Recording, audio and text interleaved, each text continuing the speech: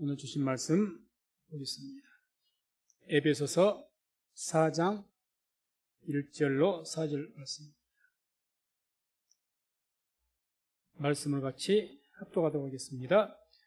그러므로 주 안에서 갇힌 내가 너희를 권하노니 너희가 부르심을 입은 부름에 합당하게 행하여 모든 겸손과 온유로 하고 오래 참음으로 사랑 가운데서 서로 용납하고 평안에 매는 줄로 성령이 하나 되게 하신 것을 힘써 지키라. 몸이 하나이요 성령이 하나이니 이와 같이 너희가 부름의 한 소망 안에서 부르심을 입었느니라. 아멘. 말씀을 중심으로 해서 부르심에 합당하게 행하라, 이란 제목으로 말씀을 선포하도록 하겠습니다. 지난주에 말씀 선포했던 것처럼 우리가 주님을 택한 것이 아니라 주님께서 우리를 택하셨고 또 부르셨습니다. 그래서 주의 택하심과 그 부르심을 받은 성도들에게 대해서 오늘 특별하게 이 에베소서라는 이 성경 말씀은 주로 이제 흔히들 우리가 신학적으로 교회론에 대한 말씀이다, 이렇게 표현하는데 또 교회에 대해서 주로 하신 말씀입니다. 교회. 어떤 개인보다는 교회에 초점이 맞춰져 있습니다. 그래서 주께서 오늘 이 주의 택하심과 부르심 받은 교회에 어떤 말씀을 우리에게 어떤 요구를 하셨느냐. 오늘 1절을 보면 그러므로 주 안에서 갇힌 내가 너희를 권하노니 너희가 부르심을 입은 부름에 합당하게 행하여. 그래서 우리에게 부르심이 합당하게 행하라고 말씀하죠. 그럼 우리가 먼저 언제 우리가 부르심을 받았다고 말씀을 하시는가? 우리 성도님들께서는 언제 하나님께로부터 내가 택함을 입은 거야? 영원 전부터 입은 거니까 그렇게 놔두고 부르심을 언제 입으셨습니까? 부모가 믿는 모태신앙은 복중에서부터 부르심 입었다고 본다면 이후에 믿었던 겁니다. 나름대로 어떤 하나님의 그 부르심 때가 있었을 겁니다. 다 다르죠. 그런데 오늘 이 에베소서에 나오는 그 말씀 통해서 그 부르심이 언제 그들을 부르셨다고 말씀을 하느냐. 2장 1절 3절 보면 이런 말씀이 나옵니다. 너희의 허물과 죄로 죽었던 너희를 살리셨도다. 그때 너희가 그 가운데서 행하여 이 세상 풍속을 좇고 공중의 권세 잡은 자를 따랐으니 곧 지금 불순종의 아들들 가운데서 역사하는 영이라. 전에는 우리도 다 그 가운데서 우리 육체의 욕심을 따라 지내며 육체와 마음에 원하는 것을 하여 다른 이들과 같이 본질상 진노의 자녀이었더니. 한마디로 우리를 언제 부르셨다고 말씀하느냐. 첫 번째는 허물과 죄로 죽었을 때 부르셨다. 허물과 죄로. 두 번째로는 본질상 진노의 자녀이었을 때 부르셨다. 한마디로 뭘 의미한 겁니까?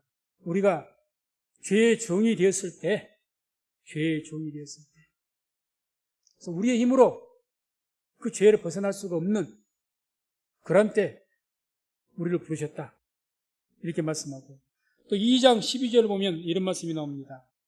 그때 너희는 그리스도 밖에 있었고 이스라엘 나라 밖에 사람이라. 약속의 언약들에 대하여 외인이요 세상에서 소망이 없고 하나님도 없는 자이더니. 하나님이 없는 자로 살아갈 때, 저도 나이 30이 돼서 부르심 받았으니까 그 전에는 30이 되기 전까지는 하나님 없이 살았습니다. 하나님의 존재를 인정하지도 않았고 믿으려고 하지도 않았습니다. 몰랐습니다. 그렇죠. 죄 가운데 살고 있었던 것은 두말할 필요도 없는 것입니다. 한마디로 영적으로 완전하게 죽은 우리를 부르셨다는 이야기입니다. 그러니까 우리가 부르심에 우리가 무슨 살아있어가지고, 쉽게 표현하면 살아있어서 우리의 귀로 직접 듣고 우리 영이 살아있어서 주의 음성을 귀로 듣고 내가 그 부르심에 응했다? 그게 아닙니다. 영적으로 완전히 우리 죽어있을 때 하나님의 특별한 은총으로 우리가 그 주의 부르심을 듣게 되고 또 지금 이 자리에 나오게 된 줄로 믿습니다.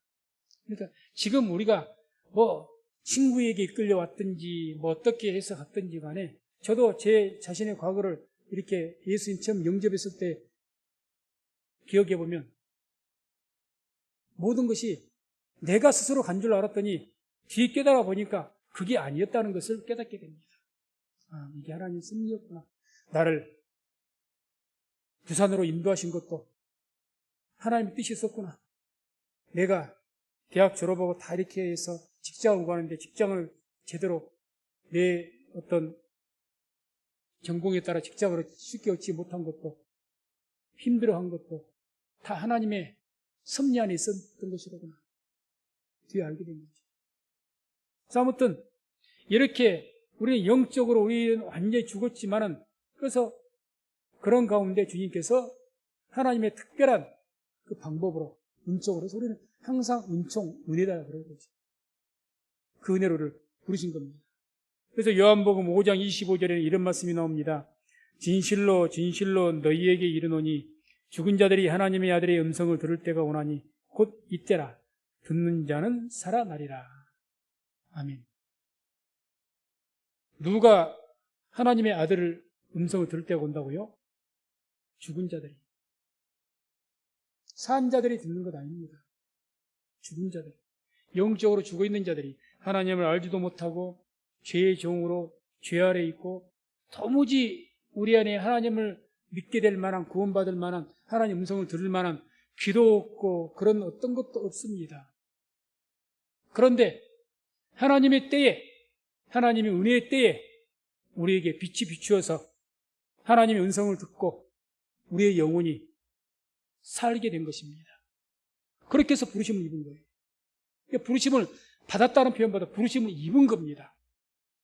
부르심을 받았다 그러면 내가 어떤 내 의지에 포함이 된 것인데 부르심을 입었다고 표현합니다. 부르심을 입었다.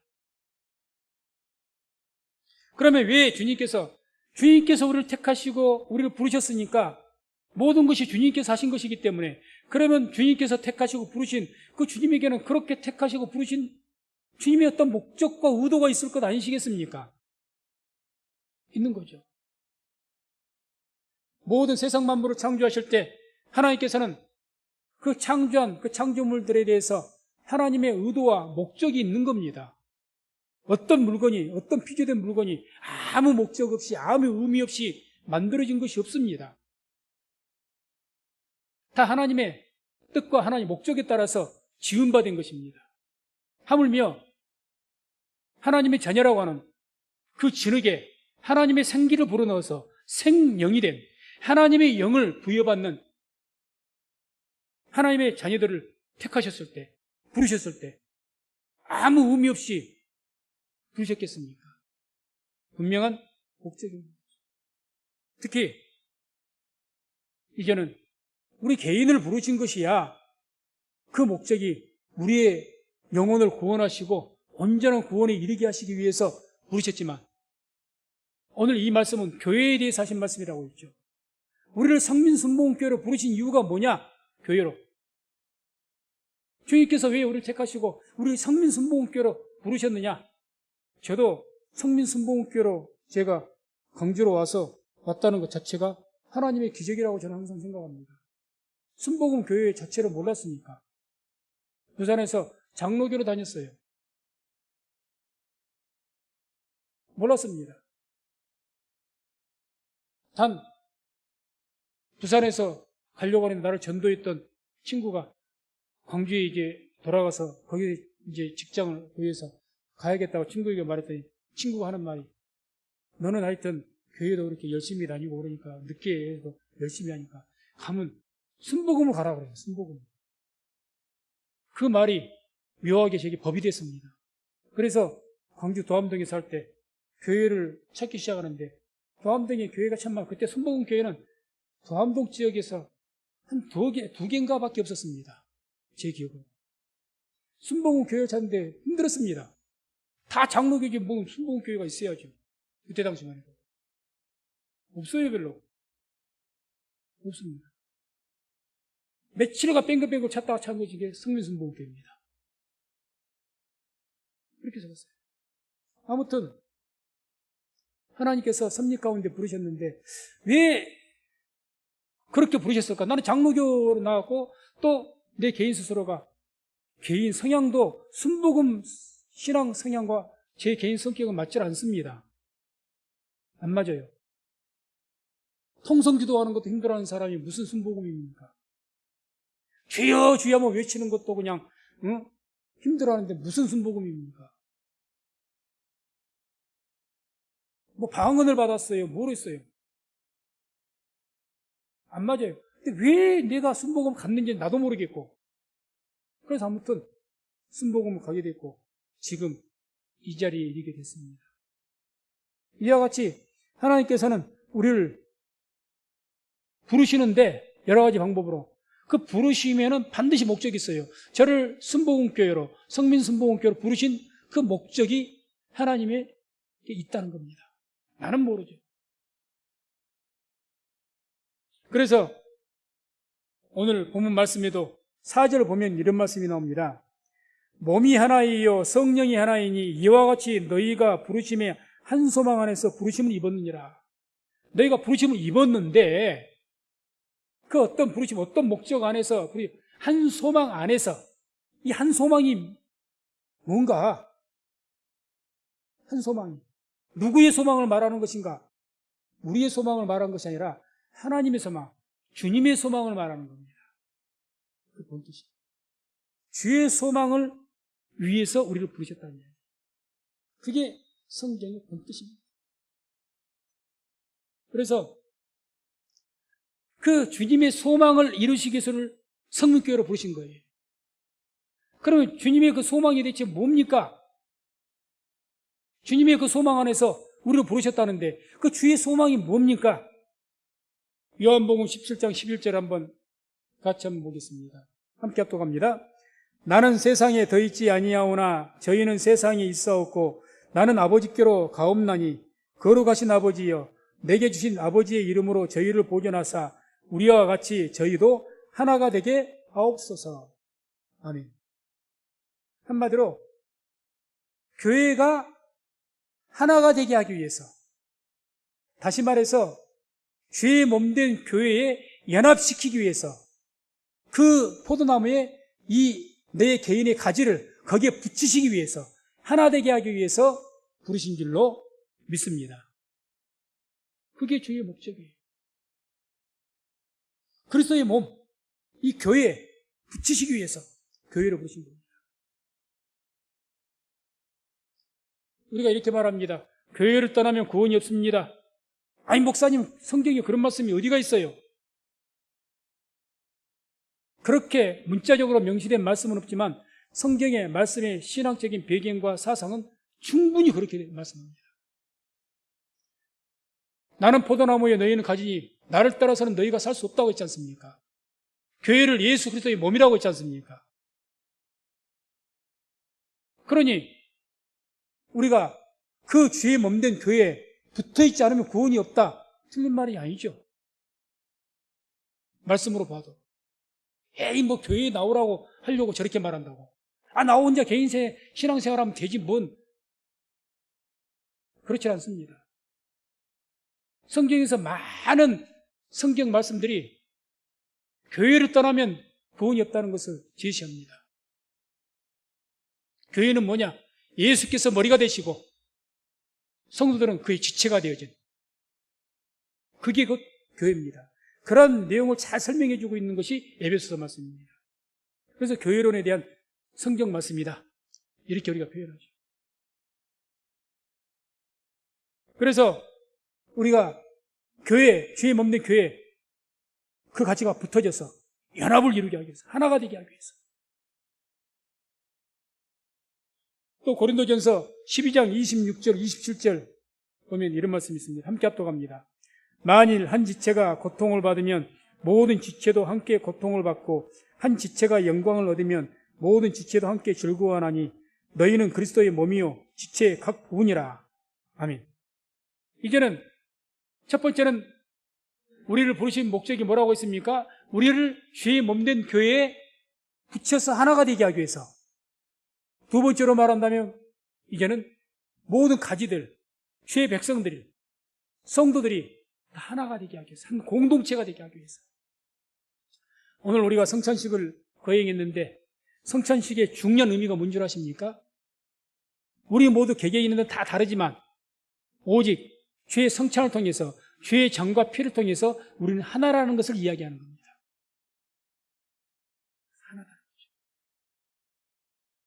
우리가 교회에 붙어있지 아니하고, 주의 몸된 교회에 붙어있지 아니하고 하나가 되지 않으면 주의 부활에 동참할 수가 없습니다. 아멘. 왜 우리가 하나가 되어야 되느냐? 교회에서, 주 안에서 하나가 되어야 되느냐? 그 이유는 그래야 주의 죽으심과 부활하심에 우리가 동참을 하게 되는 거예요. 그래야 우리에게 부활의 소망이 있는 겁니다.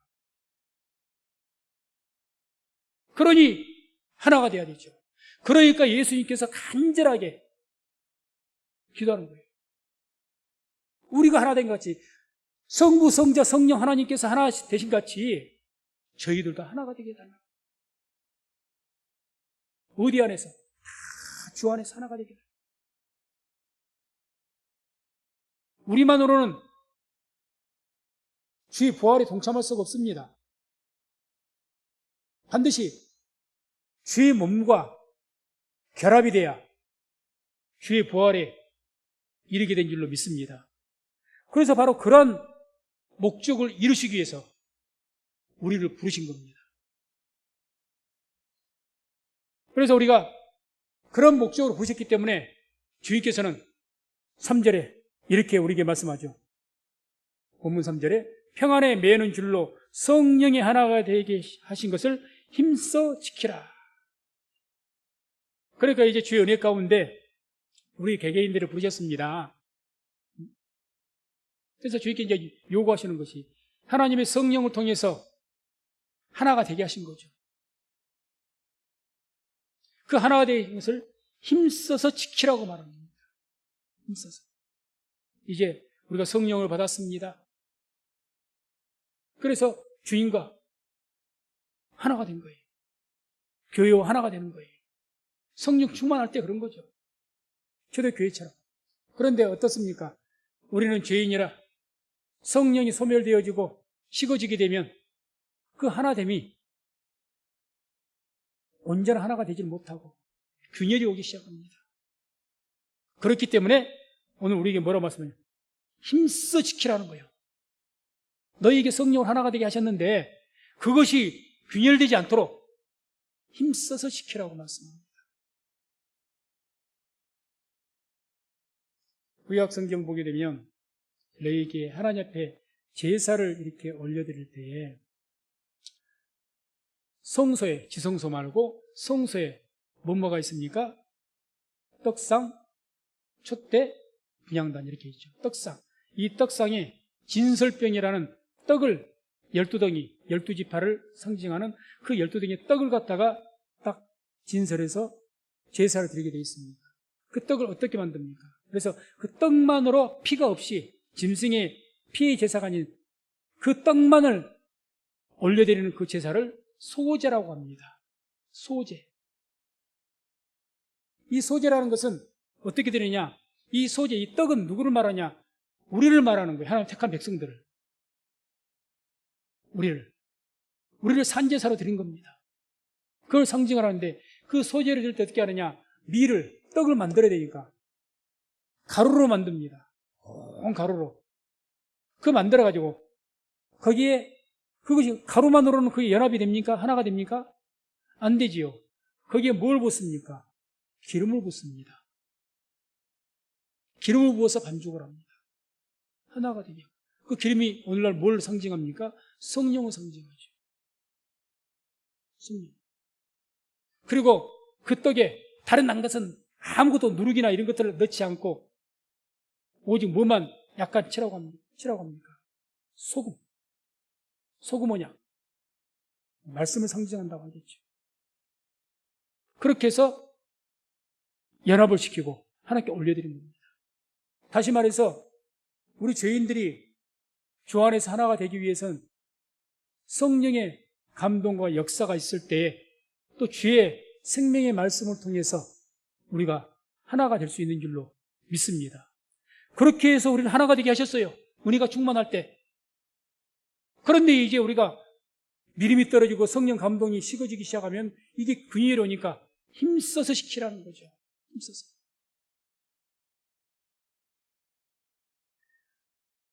에베소 교회는 어떤 분들이 모인 교회였느냐? 대부분이 이방인이었습니다. 대부분이. 그래서 그 교회는 국제적인 교회죠. 요즘 말로 한다면. 나라가 틀리고요. 종족이 틀리고요. 그런 곳이 에베소 교회입니다. 우리 여기 앉아있는 분들은 다 뭐 고향이나 이런 것은 다 틀려도 적어도 나라는 같지 않습니까? 민족은 같잖아요. 에베소 교회는 민족도 틀려. 다 다른 거죠. 오늘 여기 모인 우리 성민순복음교회 성도들도 다 한 사람 한 사람이 다 다릅니다. 나이가 틀려요. 성격이 틀려요. 기질이 틀려요. 생각이 틀려요. 같은 게 뭐가 있습니까? 나하고 비슷한 사람은 성향이 좀 비슷하고 그런 사람이 있을 수가 있겠지만 똑같은 사람은 없죠. 다 다릅니다. 개성들이 다 강합니다. 그렇기 때문에 교회라는 것은요, 쉽게 분열될 수가 있습니다. 쉽게. 성령의 감동과 말씀으로 항상 이게 돼 있지 않으면 바로 깨어져 버립니다, 교회는. 우리가 그 이단들의 특성 중에 하나가, 이단이 우리 정상적인 정통적인 기독교 교회는 이렇게 하나 되게 하기 위해서 오직 말씀과 성령으로 기도로 연합을 이루기 위해서 몸부림을 칩니다. 그런데 이단들의 특성 중에 하나는 이제 자기들 그 어떤 모임을 끝까지 유지하기 위해서 대부분이 다 그 교단 안에 사업체를 차립니다. 안식일교회 사업체 많이 있습니다. 구원파 사업체 많이 가지고 있습니다. 안상홍 사업체 많이 가지고 있습니다. 통일교 말할 것도 없습니다. 왜 그런 줄 아십니까? 끝까지 처음에는 막 그 악한 영으로 막 어떻게 해서든지 하나가 되겠는데 그것들도 이제 식는다는 거예요. 그걸 안 놓게 해서 사업체를 하는 거죠. 어떤 미명으로. 그게 선한 일을 한다는 것은 미명으로. 그래서 그 사업체를 통해서 막 거기에 영광을 매겨서 거기를 유지하는 거죠. 유지합니다. 그게 이단의 특성입니다. 하나님이 세우신 교회는 그런 세상적인 방법으로 하면은 그건 잘못된 겁니다.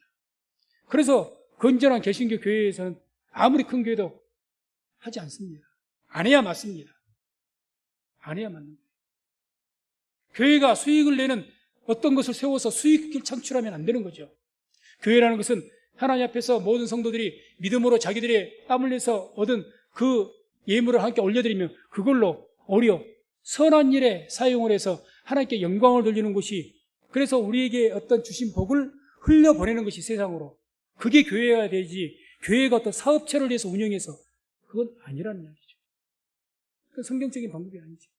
어찌됐든 우리가 하나가 되기 위해서는 이렇게 다 각기 다른데 뭘로 하나가 될 것인가? 말씀과 성령으로 하나가 될 수 있는 줄로 믿습니다. 그래서 그것을 힘써서 지키라는 거죠. 힘써서 지키라. 그래서 이렇게 성령으로 말씀을 하나가 되게 한 것을 갖다 너희가 힘써 지켜라. 그럼 그렇게 힘써 지키기 위해서 우리에게 무엇을 지금 요구하시느냐? 그 말씀이 이제 2절에서 말씀을 합니다. 2절. 모든 겸손과 온유로 하고 오래 참음으로 사랑 가운데서 서로 용납하고, 한마디로 표현하면 어떻게 하라고 말씀하는 거냐? 사랑의 본질로 하나가 되어라는 겁니다. 하나님은 사랑이시고 주님은 사랑이십니다. 그렇기 때문에 그런 사랑의 본질로 하나가 되라. 지금 2절의 말씀이 사랑의 본질 중에서 가장 귀한 덕목들만 지금 말씀하고 있습니다. 고린도전서 12장을 생각해 보세요. 사랑은 언제나 오래 참고 온유하며 쭉 나오지 않습니까? 가장 귀하고 중요한 덕목만 말씀한 거죠.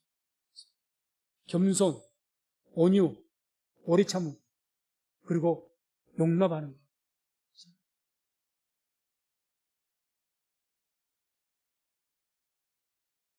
우리가 하나가 되기 위해서는 첫 번째는 말씀과 성령으로 하나가 돼야 되겠고, 또 우리들끼리 주 안에서, 우리 성도들끼리 주 안에서 하나가 되기 위해서는 주의 일한 사랑의 본질을 우리가 지켜서 그 본질을 가져서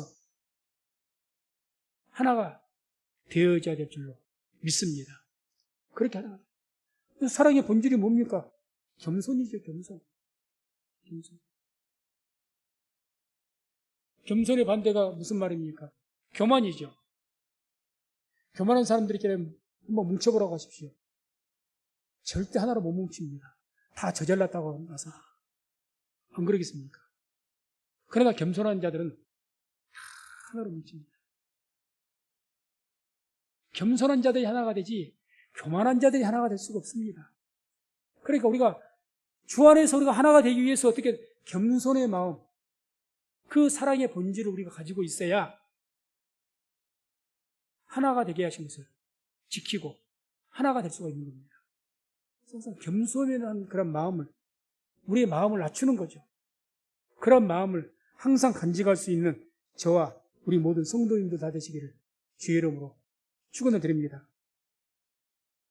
두 번째 사랑의 본질은 뭐라고 합니까? 온유함이라고 합니다. 온유함. 부드러운 마음. 온유함의 반대말이 뭘까요? 강팍한 마음? 사나운 성질? 사람 마음이 강팍하고 성질이 사나운 사람들끼리 한번 뭉쳐보라고 하십시오. 뭉쳐집니까? 안 되는 거죠.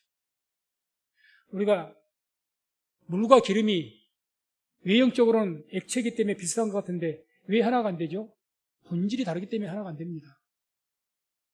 질이 달라요. 질이 다른데 어떻게 하나가 됩니까? 비슷하긴 해도. 모래와 진흙이 왜 하나가 안 됩니까? 같이 작업을 하니까 어떻게 땅에 있는 것이 어떻게 뭉치면 될까? 하나가 될 수가 없는 거예요. 질이 다릅니다.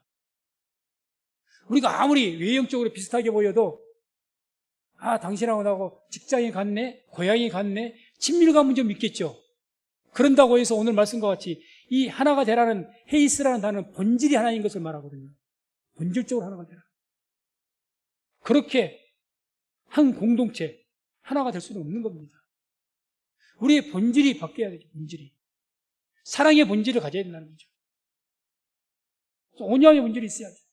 사나운 성질, 강팍한 마음 하나 되지 못합니다.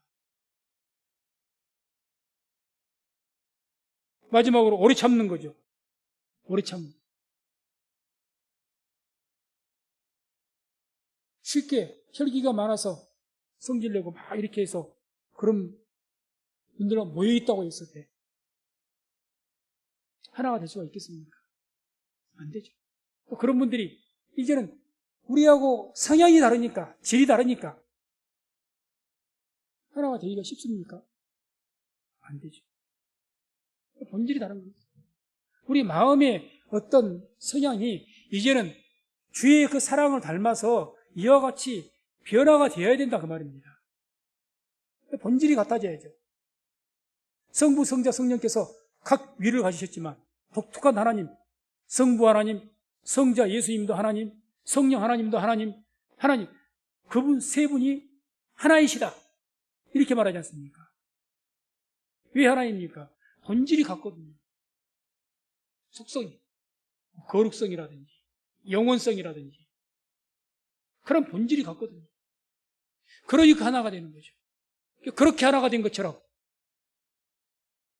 우리들도 하나가 되기를 원하신다는 거죠. 그렇게 하나가 돼요.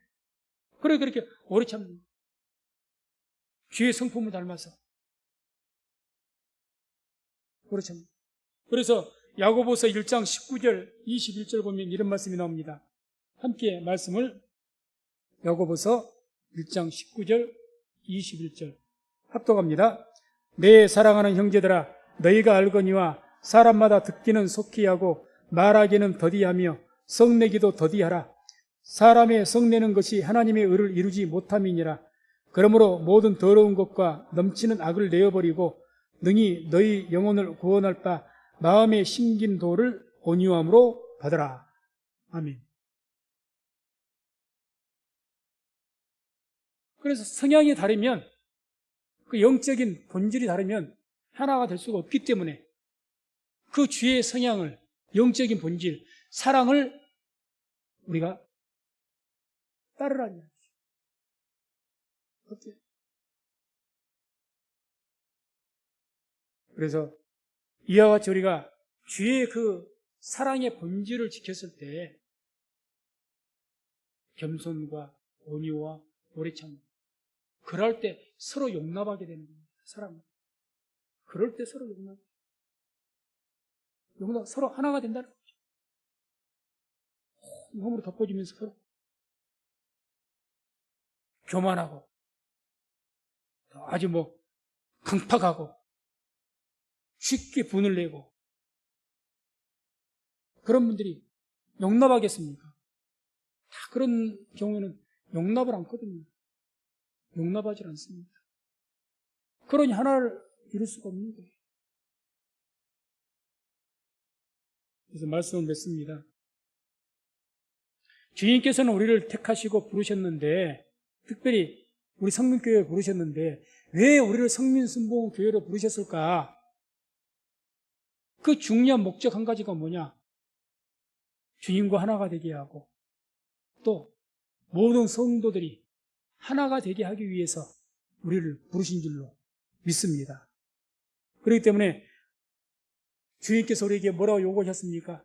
그 부르심에 합당하게 행하라 그러지 않습니까? 합당하게 행하라. 그럼 우리가 그 부르심에 합당하게 행하는 것, 그게 이제 하나님께 영광 돌리는 삶일 것이고 하나님께 기뻐하는 삶일 것인데, 그게 뭐냐? 성령 하나 되게 하신 것을 힘써서 지키는 것, 그게 뭐냐? 오늘 말씀과 같이 우리가 항상 겸손하고 온유하며 오래 참음으로 우리가 행할 때, 그것이 곧 주의 부르심에 합당하게 행하는 삶인 줄로 믿습니다. 그래서 우리 모든 성도님들, 왜 우리를 부르셨을까? 왜 나를 이 성민순복음교회로 부르셨을까? 그 목적은 분명합니다. 하나가 되게 하실 겁니다. 주님과 하나가 되고 또 우리 모두가 하나가 되게 하는 거예요. 그래야 주를 본받아서 주께서 죽으시고 부활하신 것처럼 우리 모두가 그 주의 부활에 동참하게 되는 줄로 믿습니다. 그래서 우리 삶 속에서 그런 목적 가지시고 항상 어디에서든지 우리가 살아갈 때, 특별히 교회 안에서 행할 때 온유함으로, 겸손함으로, 오래 참음으로 하나님께 영광 돌리는 저와 우리 모든 성도님들 다 되시기를 주의 이름으로 축원을 드립니다. 기도하겠습니다. 하나님 감사합니다. 오늘도